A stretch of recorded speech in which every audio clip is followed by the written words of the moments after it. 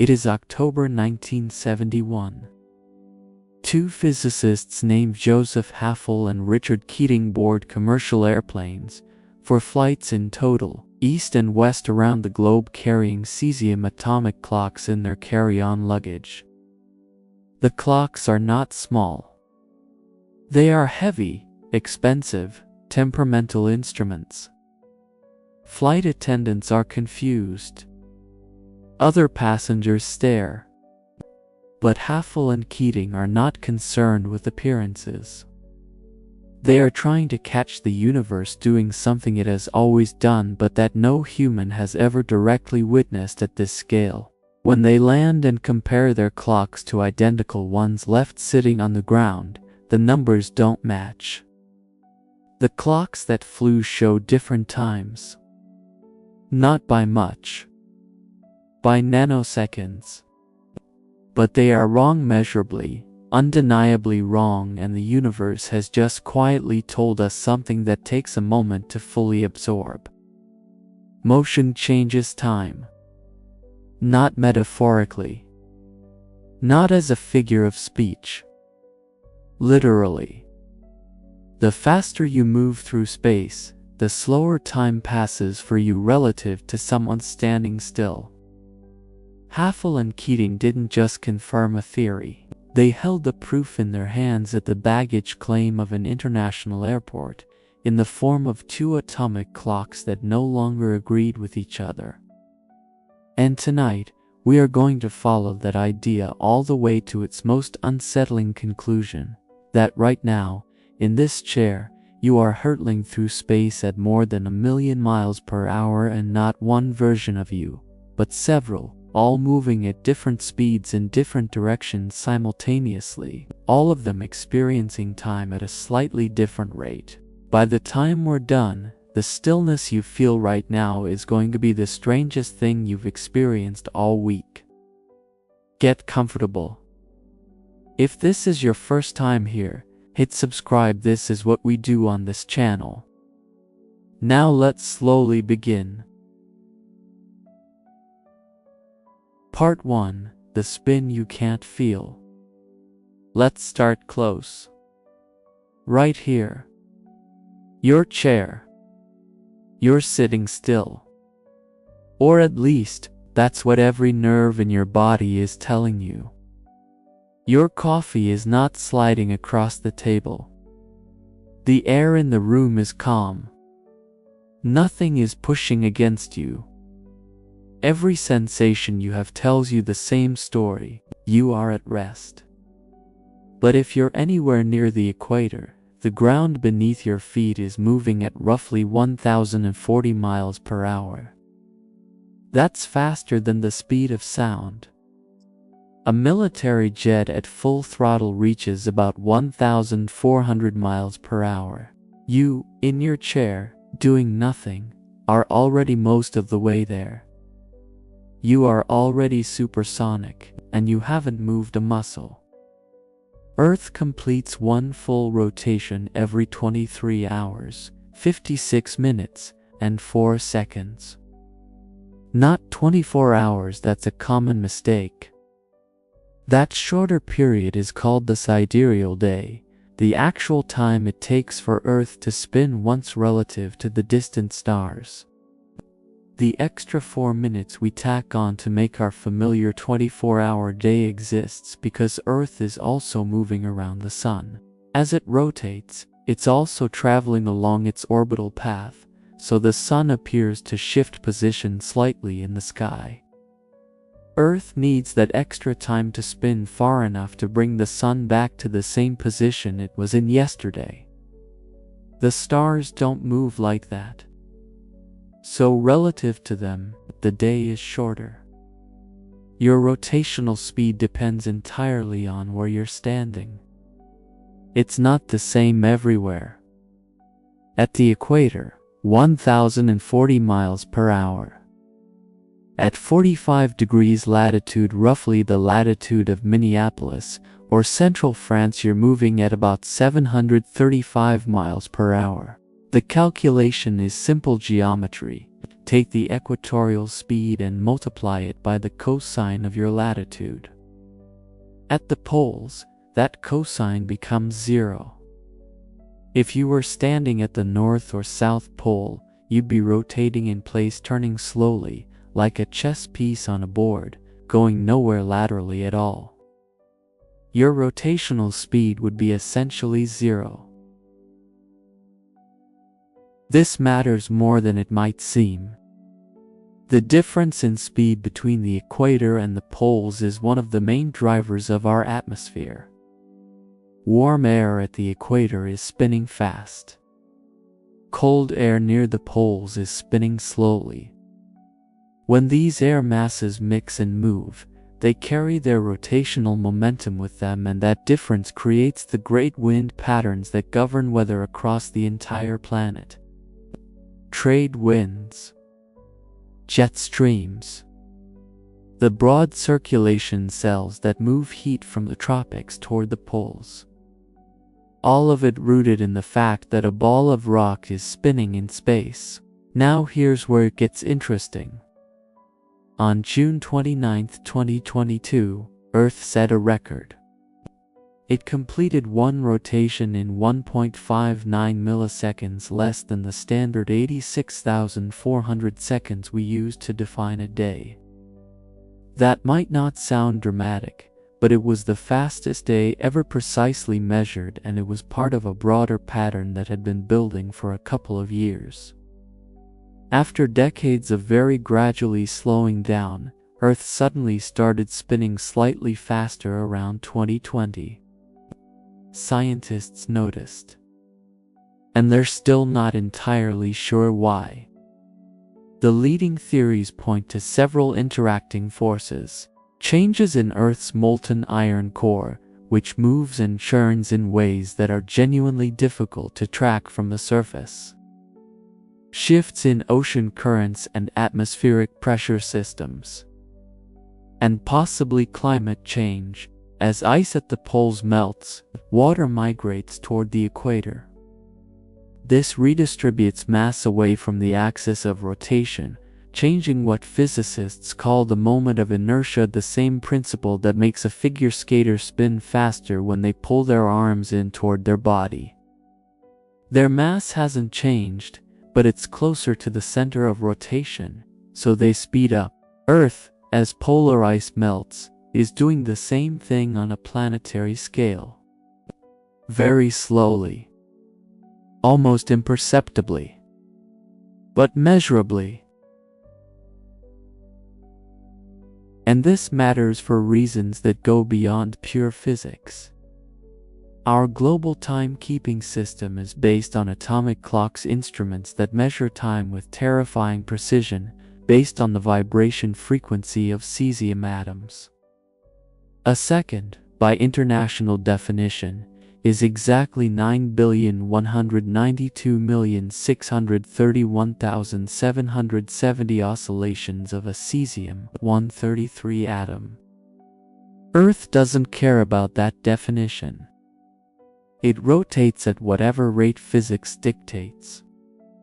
When the two drift too far apart, we add what's called a leap second to keep atomic time synchronized with Earth's rotation. Since 1972, we've added 27 of them. But if Earth keeps accelerating, we may soon need to remove a second, the first negative leap second in history. For most people, this would be invisible. For GPS satellites, financial trading systems, and internet infrastructure that depends on timestamps accurate to milliseconds, a 1-second jump backward is the kind of thing that keeps engineers awake at night. But the rotation is just the first layer, and it's nothing compared to what comes next. Part 2: Racing around the Sun. Earth orbits the Sun at an average speed of 66,600 miles per hour. Not approximately. That's the actual number when you divide the circumference of Earth's orbit, roughly 584 million miles, by the 365.25 days it takes to complete one trip.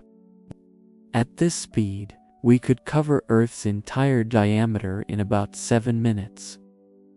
We could travel from here to the Moon in 4 hours. We could reach Mars, at its closest approach, in a little over a month. But this speed is not constant. Earth's orbit is slightly elliptical, not a perfect circle, but an oval, with the Sun sitting not at the center but at one of the 2 focal points.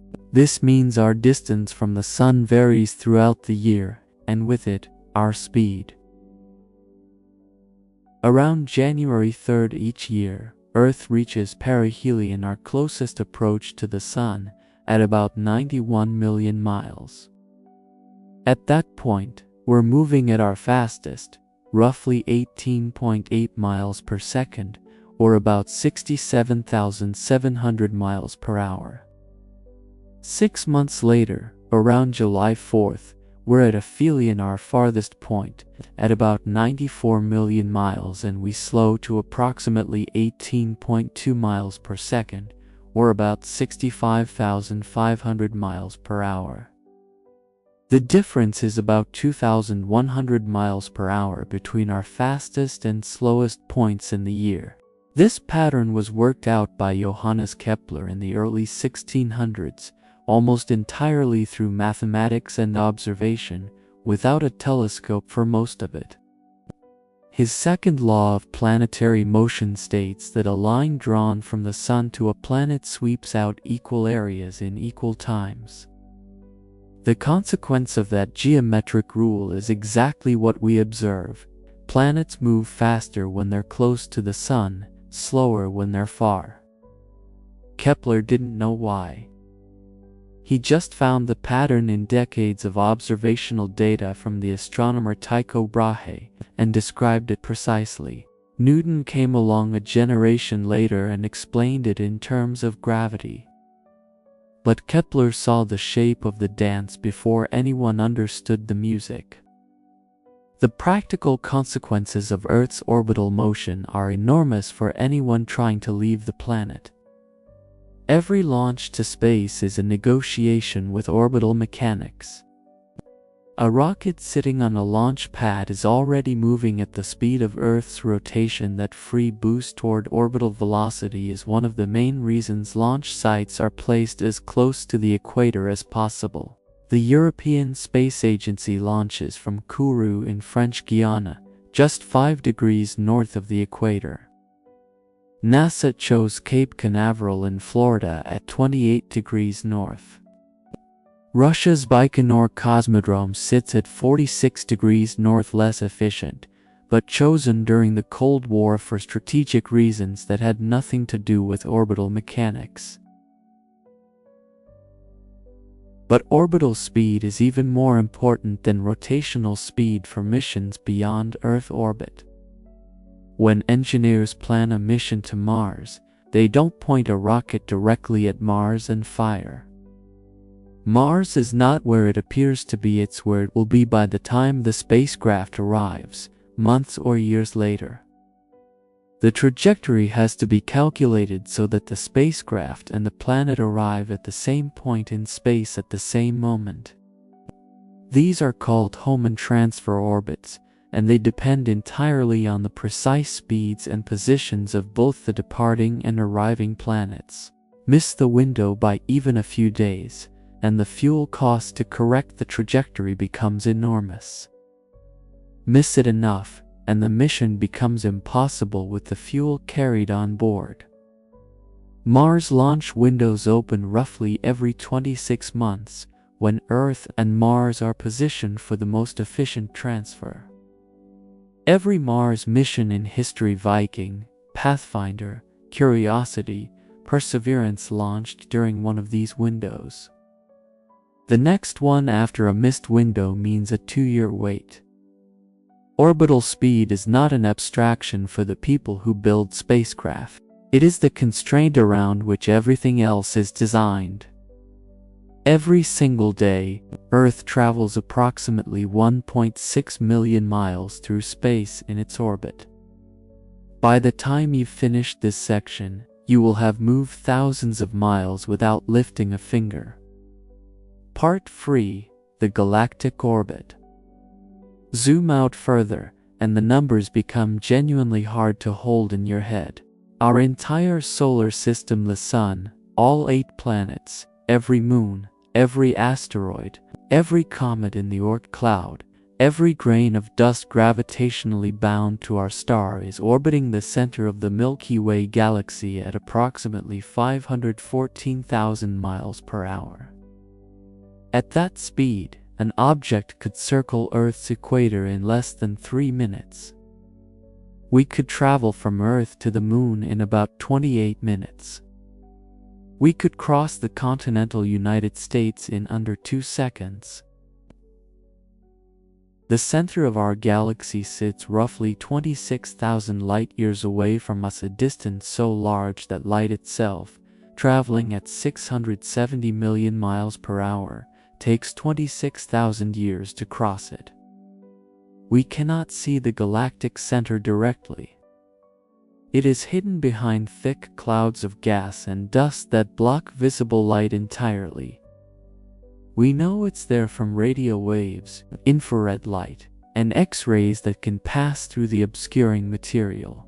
And at the very center, we now know, sits a supermassive black hole called Sagittarius A, about 4 million times the mass of our Sun, compressed into a region smaller than our solar system, bending spacetime so severely that nothing that falls past its event horizon can return. Even moving at 500,000 miles per hour, it takes our solar system about 230 million years to complete one full orbit around the galactic center. Astronomers call this a cosmic year, or galactic year. It is the largest unit of time with a physical meaning most of us can still try to grasp. Earth has existed for about 4.5 billion years. In all that time, our planet has completed roughly 20 trips around the galaxy. Just 20. Think about what each one represents. A full 230 million year circuit through the Milky Way, stars being born and dying along the way, continents drifting, species appearing and vanishing. In the time it took us to complete a single galactic orbit, the Atlantic Ocean opened up from a narrow rift to an ocean thousands of miles wide. The non-avian dinosaurs appeared about 230 million years ago, almost exactly 1 galactic year ago. They evolved, diversified into every ecological niche, from tiny feathered climbers to the largest land animals that ever existed, dominated the planet for 165 million years, and then went extinct, all within a single orbit of our solar system around the galaxy. One lap. That's what the dinosaurs got. The Sun's path through the galaxy isn't a flat, neat circle either. There's a vertical component to the motion. Right now, the Sun sits about 50 to 100 light-years above the midplane of the Milky Way, the flat disk where most of the galaxy's stars, gas, and dust are concentrated. And we're not staying there. We oscillate above and below that plane in a slow wave, crossing through the midplane approximately every 33 million years. Some researchers have noticed something in the fossil record that might be connected to this. Mass extinction events on Earth, the kind that wipe out a significant fraction of all species, appear to occur with a periodicity that roughly matches our galactic oscillation cycle. The hypothesis is this: when our solar system passes through the denser regions of the galactic disk, we encounter more gas clouds, more dust, and more gravitational disturbances. These disturbances could perturb the Oort cloud, the vast, spherical halo of icy bodies surrounding our solar system at distances of up to a light-year, sending long-period comets falling inward toward the Sun. More comets in the inner solar system means more potential impactors. More impacts means more extinction events. the data is genuinely contested. Not every geologist or paleontologist accepts the pattern, and the timing doesn't line up perfectly in every case. But the fact that the idea is even testable that our position within the Milky Way might be connected to the mass extinctions recorded in Earth's rocks is a reminder that we don't exist in cosmic isolation. The galaxy reaches down and touches our biology. Part 4. Something the models didn't predict. In November 2025, a study published in Physical Review Letters found something that genuinely surprised people. The question the researchers were trying to answer sounds almost philosophical. How fast is our solar system actually moving through space? We have an estimate the galactic orbit speed of about 514,000 miles per hour. But that's our speed around the galactic center. What about our motion through the broader fabric of the universe? Is there a way to measure that independently? Their method was elegant, and it relied on something called the kinematic dipole, the fact that when you're moving through a distribution of objects spread uniformly through space, you see a slight asymmetry. More objects appear in the direction you're moving toward, fewer in the direction you're moving away from. It's the same reason that when you drive through rain, more drops seem to hit the front windshield than the rear window. The rain isn't falling unevenly. You're moving through it. The researchers applied this logic to radio galaxies, distant galaxies detected by the radiation their central black holes emit at radio wavelengths. These galaxies are distributed through the universe in a way that should look roughly uniform from any direction. If our solar system is moving, we should see slightly more of them in the direction of travel. The asymmetry in the count tells us both our direction and our speed. What they found was that the asymmetry was more than 3 times larger than their models predicted. 3 times. Not a small rounding error. Not an instrumental artifact. A 5 sigma deviation, meaning the probability of this result arising by random chance is roughly 1 in 3.5 million. For context, the same 5 sigma threshold was used in 2012 when physicists at CERN announced the discovery of the Higgs boson. 5 sigma, in particle physics, is the definition of "we found something real." If the result is confirmed, the implications ripple outward in uncomfortable directions. The lambda cold dark matter model, often abbreviated lambda CDM, is our current best description of the universe at the largest scales. It describes how matter clumped after the Big Bang, how galaxies formed and clustered, how the universe expanded and continues to expand today. It has been tested against decades of observations with remarkable success. But it assumes a certain underlying uniformity, that the universe, on the very largest scales, looks the same in all directions. If our local motion through space is genuinely 3 times larger than lambda CDM predicts, that assumption may be wrong in some important way. There may be flows of matter on scales we haven't accounted for. There may be structures pulling us that we haven't found yet. Or there may be something wrong with the model itself at the deepest level. Other scientists are working to verify the result independently. It has not yet reshaped the textbooks, but it's the kind of finding that lands quietly in a journal and then sits in the back of the field's mind, waiting to either go away or grow into something that changes everything. The fact that we might be moving 3 times faster than we thought, through a universe we thought we understood, is the kind of thing that makes you want to sit with it for a while. Part 5. The galaxy is moving too. Pull back further still, and our galaxy itself is in motion. The Milky Way and the Andromeda Galaxy are currently separated by about 2.5 million light-years. That's about 14.7 million trillion miles, a distance so large that the light you see from Andromeda tonight left the galaxy 2.5 million years ago, when our ancestors were still making stone tools on the African savanna. And yet, despite that distance, the two galaxies are rushing toward each other at approximately 250,000 miles per hour. In about 4.3 billion years, they will collide. This collision has been modeled in extraordinary detail using computer simulations, and what those simulations show is not what you might intuitively imagine. Galaxies are not dense, solid objects. They are mostly empty space. The average distance between stars in the Milky Way is several light-years.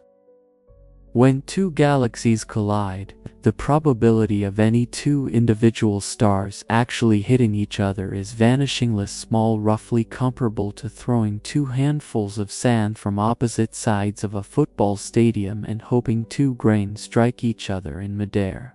What actually happens is a gravitational performance on a billion-year timescale. As the two galaxies approach, their gravitational fields begin to distort each other. Long streamers of stars get pulled out into arcs. The spiral arms of both galaxies warp and unravel. The galaxies pass through each other the first time, then swing back under each other's gravity and pass through again. Over the course of roughly a billion years, they settle into a merged structure, no longer two spirals, but a single giant elliptical galaxy, rounder and more diffuse, its stars scattered through a much larger volume of space. Astronomers have already nicknamed this future galaxy Milkomeda, or sometimes Milkdromeda. We can see its rough shape in simulations. We know approximately when it will form. We know that the supermassive black holes at the centers of both galaxies, Sagittarius A** in the Milky Way, and the even larger black hole at the center of Andromeda will eventually spiral toward each other and merge, sending gravitational waves rippling across the universe at the speed of light. Our Sun will almost certainly survive this. The solar system is small and loosely coupled enough to the galactic structure that the tidal forces of the merger are unlikely to disrupt our planetary orbits in any catastrophic way. We might end up in a completely different region of the combined galaxy, perhaps flung outward into the diffuse stellar halo rather than remaining in the disk where we now reside. But Earth will most likely still be orbiting the Sun. Assuming our planet survives the Sun's own evolution first, in about 5 billion years, the Sun will exhaust its core hydrogen and expand into a red giant, growing large enough to engulf the inner planets. Earth's fate at that point is uncertain. The merger with Andromeda happened somewhat after that. So the galactic collision is, in a sense, not our most immediate concern. But it is happening. Right now, imperceptibly but inevitably, Andromeda is getting closer. 2.5 million light-years of separation, eroding at 250,000 miles per hour. And our galaxy isn't only falling toward Andromeda. The entire local group, our collection of roughly 50 galaxies, including the Milky Way, Andromeda, the Triangulum Galaxy, and dozens of smaller dwarf galaxies, is moving together as a gravitational unit, being pulled by something far away and extraordinarily massive. In the direction of the constellations Centaurus and Hydra, somewhere between 150 and 250 million light-years away, there is an enormous concentration of matter. It has been called the Great Attractor, which is less a formal astronomical name than a description of what it does. Its gravitational influence affects the motion of hundreds of thousands of galaxies, pulling them all, including the Milky Way, toward itself at hundreds of miles per second. We cannot see the great attractor directly. It lies in what astronomers call the zone of avoidance, the band of sky obscured by the dust and gas of our own galactic disk. Visible light cannot penetrate it. For decades, we knew something was there only because of how it was affecting the motion of everything around it, like detecting a massive object hidden behind a curtain by watching how the curtain moves. X-ray and radio observations have since revealed what lurks there, a vast supercluster of galaxies called the Norma cluster at its core, surrounded by other clusters, all flowing together in a structure called the Great Attractor region. But even the Great Attractor is not the end of the story. Cosmological surveys completed in the early 2010s revealed something even larger. The Great Attractor, it turns out, is just one node in a vast supercluster of superclusters called Laniakea. The name is Hawaiian, meaning immense heaven, chosen by the astronomers who mapped it, and it fits. Laniakea spans approximately 500 million light-years. It contains the mass of roughly 100 quadrillion suns. The Milky Way, Andromeda, the Virgo cluster, the Great Attractor, the Shapley supercluster, all of it is part of this single gravitational structure, all flowing together like water draining slowly toward the center of an enormous basin. We live in a suburb of a cosmic watershed. Part 6. The reference frame of the universe itself. Which brings us to perhaps the most profound measurement in all of cosmology. In the late 1960s, physicists began detecting something strange. The universe was filled with a faint glow of microwave radiation arriving from every direction in the sky, not from any particular source, but from everywhere at once, uniformly, at a temperature just barely above absolute zero. This was the cosmic microwave background, first predicted theoretically and then accidentally discovered by two Bell Labs engineers named Arno Penzias and Robert Wilson, who initially thought the persistent signal in their antenna was caused by pigeon droppings. It was not pigeon droppings. It was the oldest light in the universe. Here is what the CMB actually is. In the first few 100,000 years after the Big Bang, the universe was so hot and dense that matter and light were locked together in a plasma. Photons couldn't travel freely because they kept colliding with charged particles. Then, about 380,000 years after the Big Bang, the universe cooled just enough for electrons and protons to combine into neutral hydrogen atoms. For the first time, photons were free to travel. The light that had been trapped in the plasma was suddenly released, flooding the universe in all directions. That light is still traveling. After 13.8 billion years of expansion, it has been stretched by the expansion of the universe from the visible wavelengths it started as into microwaves. And it fills every cubic centimeter of space, arriving at Earth equally from all directions, at a temperature of just 2.7 degrees above absolute zero. It is the most uniform thing ever measured. Across the entire sky, the temperature of the CMB varies by less than 1 part in 25,000. It is the same in every direction to extraordinary precision, a testament to how smooth and homogeneous the early universe was. But here's the thing. It's not perfectly uniform. There are tiny variations, fluctuations of a few 100,000ths of a degree that carry encoded within them the seeds of everything that exists today. These tiny temperature ripples in the early universe became the first structure, the galaxies, clusters, and superclusters we see around us now. The CMB is a photograph of the universe at 380,000 years old, and within it is the blueprint of all the structure that followed. And there is one more feature of the CMB that is relevant to us tonight. Our motion through space creates a pattern in it.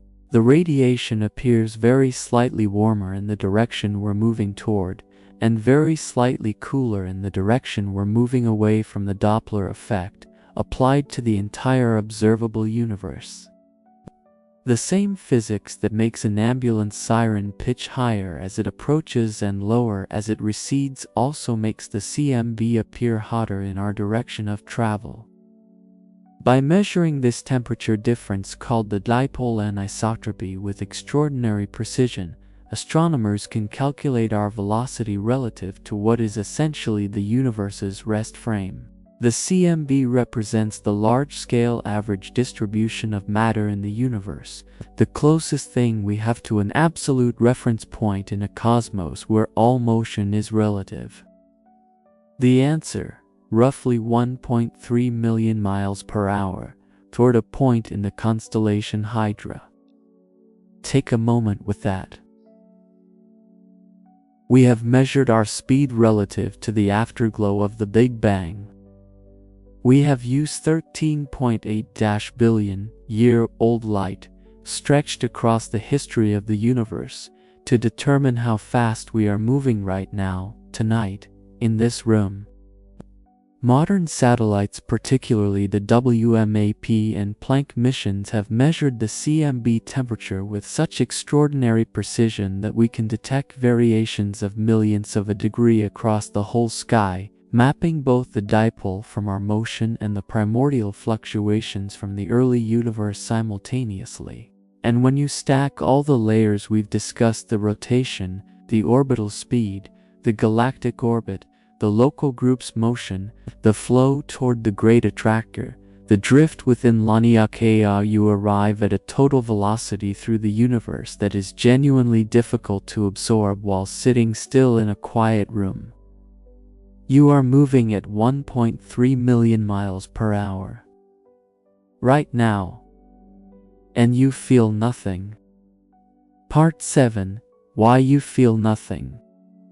So why don't you feel any of it? The answer goes back to something Galileo worked out in the early 1600s, while the rest of the world was still debating whether Earth moved at all. He described a thought experiment, though he may have actually performed a version of it using a ship sailing smoothly across calm water. Imagine you're below deck in a windowless cabin. The ship is moving steadily, no waves, no wind resistance worth noticing. Now toss a ball straight up into the air. What happens? It falls straight back into your hand. Not behind you, not shifted by the ship's forward motion, but exactly where it started. Pour water from a jug into a cup. It falls straight down, not angled backward. Let a fly buzz around the cabin. It doesn't get swept toward the stern. Everything behaves exactly as it would if the ship were sitting still in the harbor. And here is Galileo's insight. There is no experiment you can perform inside that cabin, no ball, no pendulum, no falling object that will tell you whether you're moving or at rest. Motion at constant velocity, in a straight line, is physically indistinguishable from rest. Only acceleration, a change in speed or direction, produces any detectable effect. You can't feel constant motion. You can only feel change.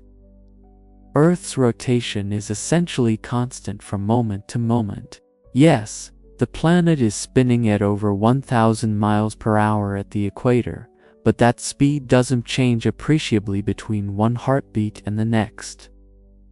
Everything around you is moving with you: the air, the building, the ground, the atmosphere. There's no relative motion between you and your immediate surroundings. Your body has nothing to detect, because detection requires a difference, and there isn't one. The same is true for Earth's orbit around the Sun. Our orbital speed changes slightly throughout the year. We're a few percent faster in January than in July, but those changes happen over months. The acceleration they produce is so gentle, so gradual, that no human sense could register it.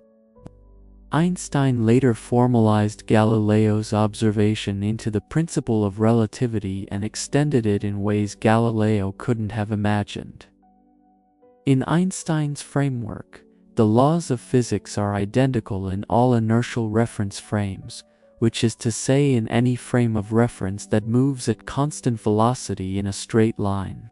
This is not just a practical convenience. It is a fundamental feature of the universe. There is no privileged point of view. There is no absolute stillness against which all other motion can be measured. Motion only has meaning relative to something else. There is one subtle exception worth noting, because it's real and measurable, even if you've never noticed it.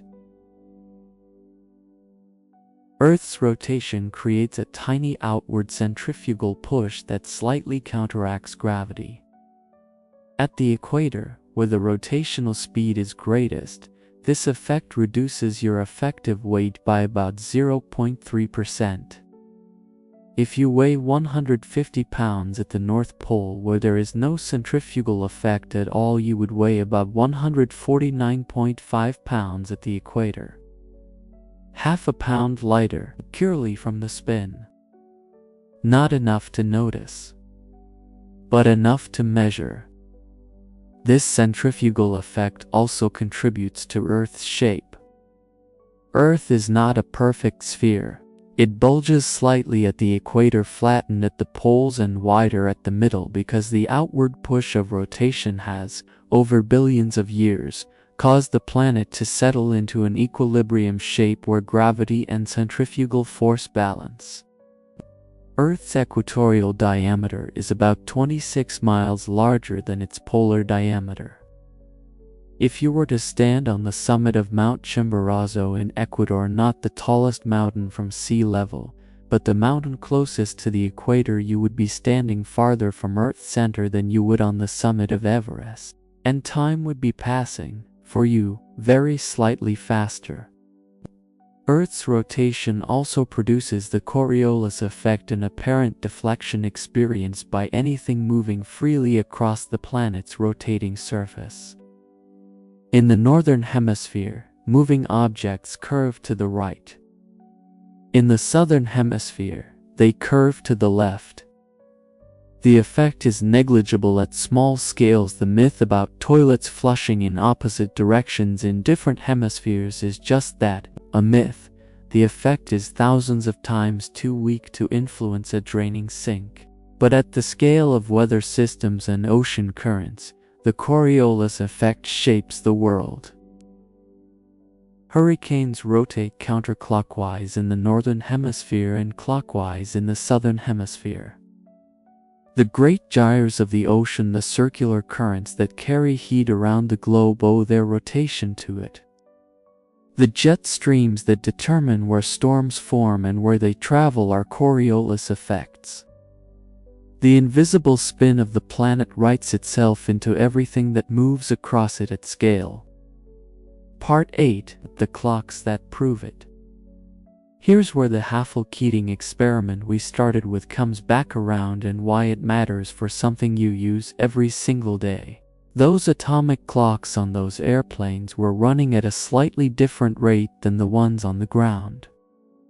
Not because they were damaged. Not because of any malfunction.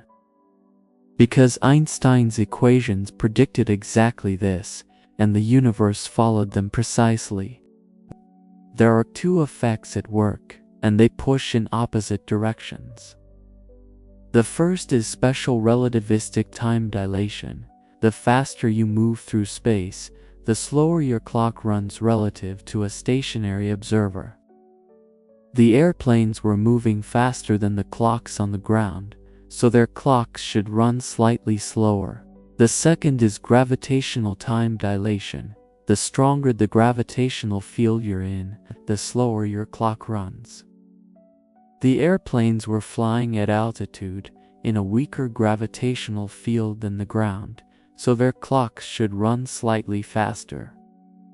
For the eastward flights, the two effects partially canceled out. For the westward flights, the airplane was moving slower relative to the center of Earth, effectively fighting Earth's rotation, so the relativistic effect went in the opposite direction. Hafele and Keating predicted the exact results for each flight path using Einstein's equations. When they landed and compared the clocks, the predictions matched the measurements. This isn't philosophy. This isn't a thought experiment. This is engineering with direct consequences for technology you interact with every day. GPS satellites orbit Earth at roughly 14,000 kilometers per hour, at an altitude of about 20,000 kilometers. Both factors create relativistic effects on their onboard clocks. Moving faster than clocks on the ground makes their time run slower, special relativity. Sitting higher in Earth's gravitational field makes their time run faster, general relativity. The net effect, after both corrections, is that GPS satellite clocks gain about 38 microseconds per day relative to clocks on the ground. 38 microseconds sounds trivial. But GPS works by measuring how long signals take to travel from satellites to your phone, then using that travel time to calculate distance. Light travels about 30 centimeters in a nanosecond, about a foot. In 38 microseconds, light travels roughly 11 kilometers. If GPS didn't account for relativistic clock drift, the accumulated positioning error would reach several kilometers within a single day. Your phone's map would place you in a different city. The fact that your phone can find you within a few meters is direct, daily proof that Einstein was right, and that the different velocities we've discussed tonight create real, measurable, consequential effects on the passage of time. A clock on the summit of Mount Everest runs faster than one at sea level. The difference is about 30 nanoseconds per day. Everest is farther from Earth's center, gravity is slightly weaker, time runs slightly faster. Atomic clocks are sensitive enough to measure this. Researchers have now measured gravitational time dilation across height differences of less than a meter. At centimeter scales, time literally passes faster at your head than at your feet, not enough to matter in any practical sense, but measurably real. The next time you feel still, remember what stillness actually is. You are spinning faster than sound. You are orbiting a star at 66,600 miles per hour. You are racing around a galaxy at 500,000 miles per hour. You are flowing toward structures so massive they span hundreds of millions of light years. The Great Attractor, Laniakea, cosmic watersheds we only mapped in the last few decades. And you are moving at 1.3 million miles per hour relative to the oldest light in existence, the afterglow of the universe's first 380,000 years. None of it touches you. None of it wakes you up. None of it moves the coffee on your table or rustles the air in your room. All of it is happening, right now, without interruption, because the universe does not need your awareness to continue. What I find most worth sitting with isn't the speeds themselves. It's the chain of reasoning that got us there. We couldn't feel any of this. We couldn't detect it with our bodies.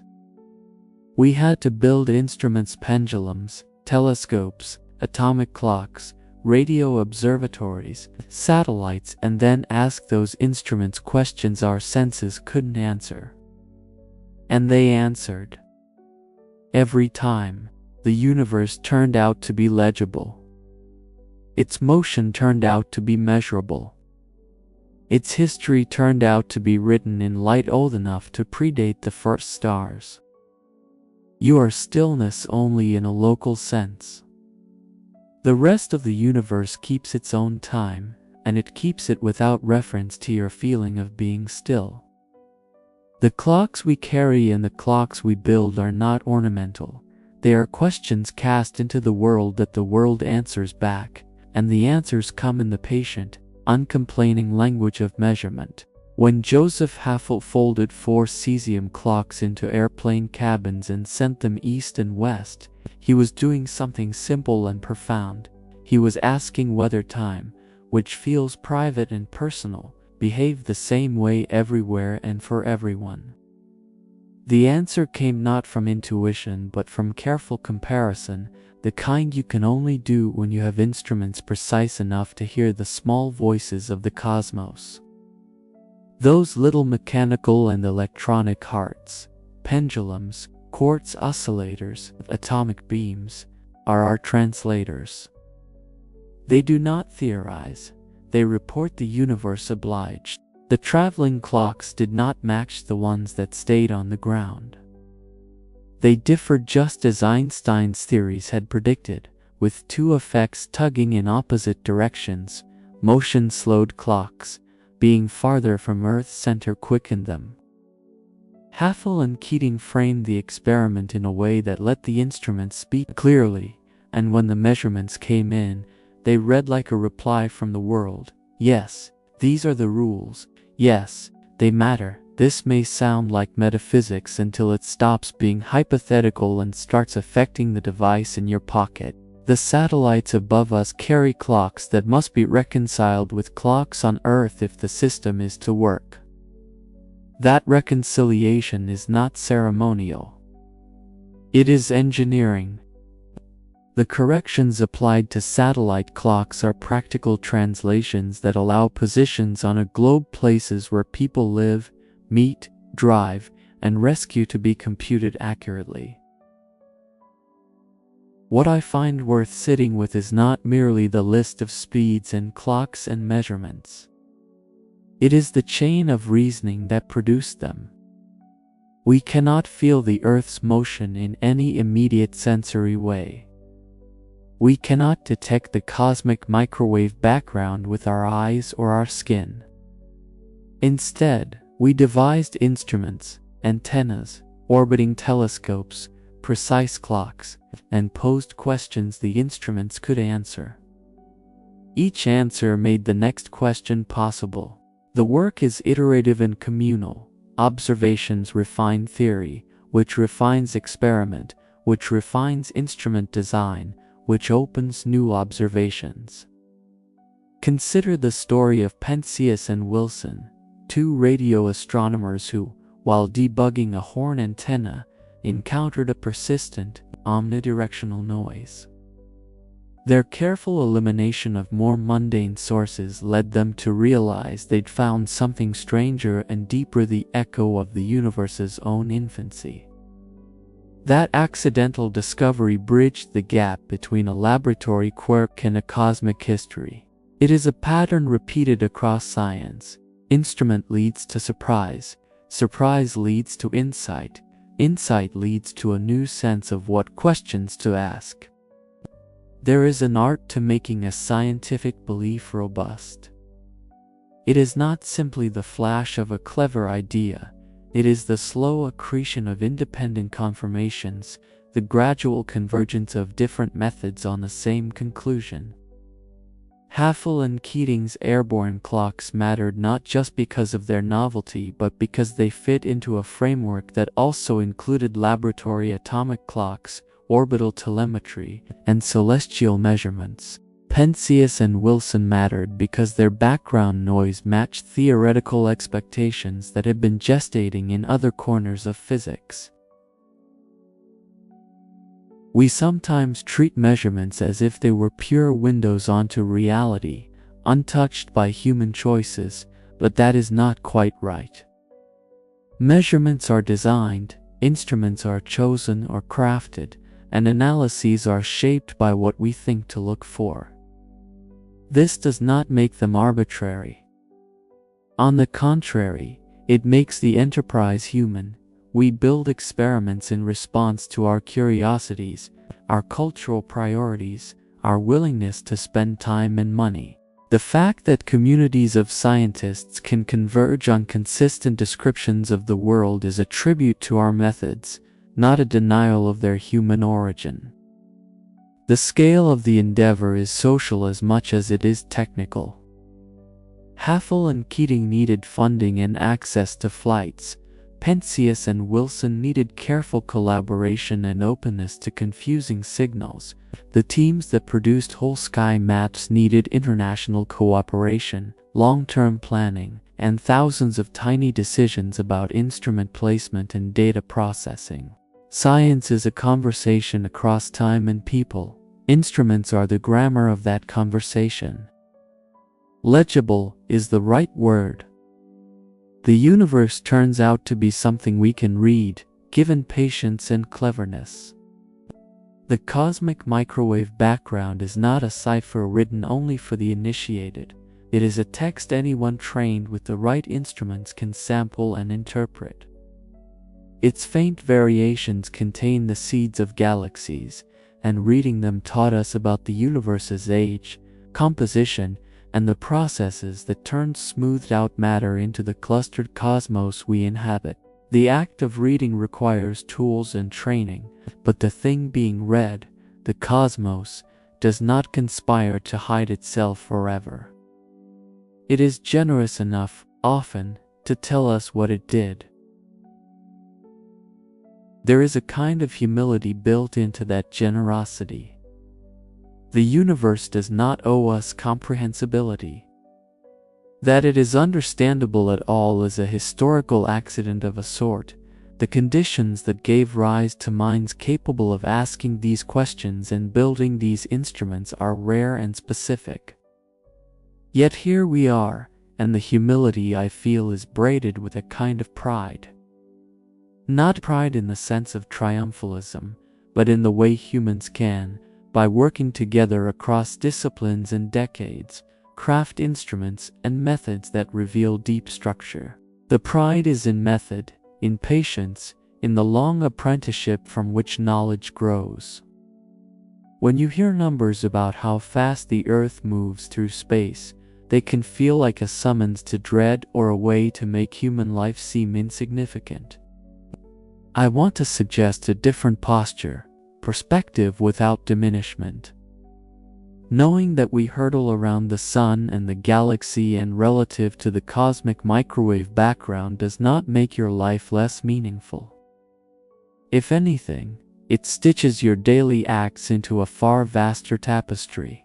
The coffee you drink and the texts you send and the music you love all happen in that galaxy-sized context, but they are not diminished by it. They are threaded into a larger story, which is an enlargement rather than a subtraction. Perhaps part of the wonder is that the sacred and the mundane appear in the same sentence. When we discover that time passes slightly differently on a mountaintop than at sea level, the discovery is at once metaphysical and practical. There is something quietly reverent in knowing that an ordinary walk up a hill is an excursion into a different temporal environment, even if the difference is imperceptible to our senses. The very idea that such tiny effects can be traced and trusted gives the ordinary a new sheen. It asks us to treat the world with curiosity, not to eat it in haste, but to notice the seams where physics and life meet. We often imagine science as made of grand pronouncements, but its real texture is craft. The teams behind observatories and satellites wrote software, calibrated sensors, argued about systematics, and reworked hardware in response to 1,000 small failures and surprises. The payoff is not guaranteed. Many projects end in null results or ambiguous data. But the accumulation of craft, the willingness to tinker, to iterate, to preserve the integrity of a measurement in the face of uncertainty, is what eventually yields robust knowledge. The discovery of the microwave background and the precise measurement of relativistic clock effects are both crafts of this kind. Knowledge is not merely intellectual, it is social and ethical. When scientific instruments reveal how the world is, that knowledge can be used for many ends. It can guide benevolent technologies, navigation for rescue operations, satellites that connect remote communities. It can also be pooled into systems that concentrate power. Recognizing the double edge of knowledge is part of a mature scientific culture, to pursue discovery with a clear-eyed sense of consequence and with commitments to accessibility and beneficial use. Instruments that tell us how time runs should not only be the province of a few, their fruits should be shepherded in ways that promote human flourishing. Finally, wonder itself is a methodological stance. It is not naivete, it is a form of attention that refuses to be satisfied with received explanations. Wonder keeps us asking better questions. It is what makes someone notice a persistent noise in an antenna, and it is what makes another person think to take a clock on a plane.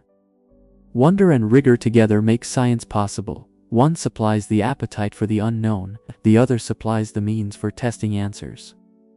Imagine standing very still in a quiet room. Close your eyes and breathe. You might feel as motionless as any human can feel. Now, imagine the multiple motions that your stillness does not feel: rotation, orbit, galactic sweep, motion relative to the ancient afterglow of the cosmos. None of these motions displaces your cup of coffee from a table, none of them compels the air against your face to stir. Yet each motion is real and each changes how time is measured for you. Those changes were discovered with patience and cleverness. They are not hypothetical, they are commitments the world has made and keeps. I will not end by declaring what you must feel.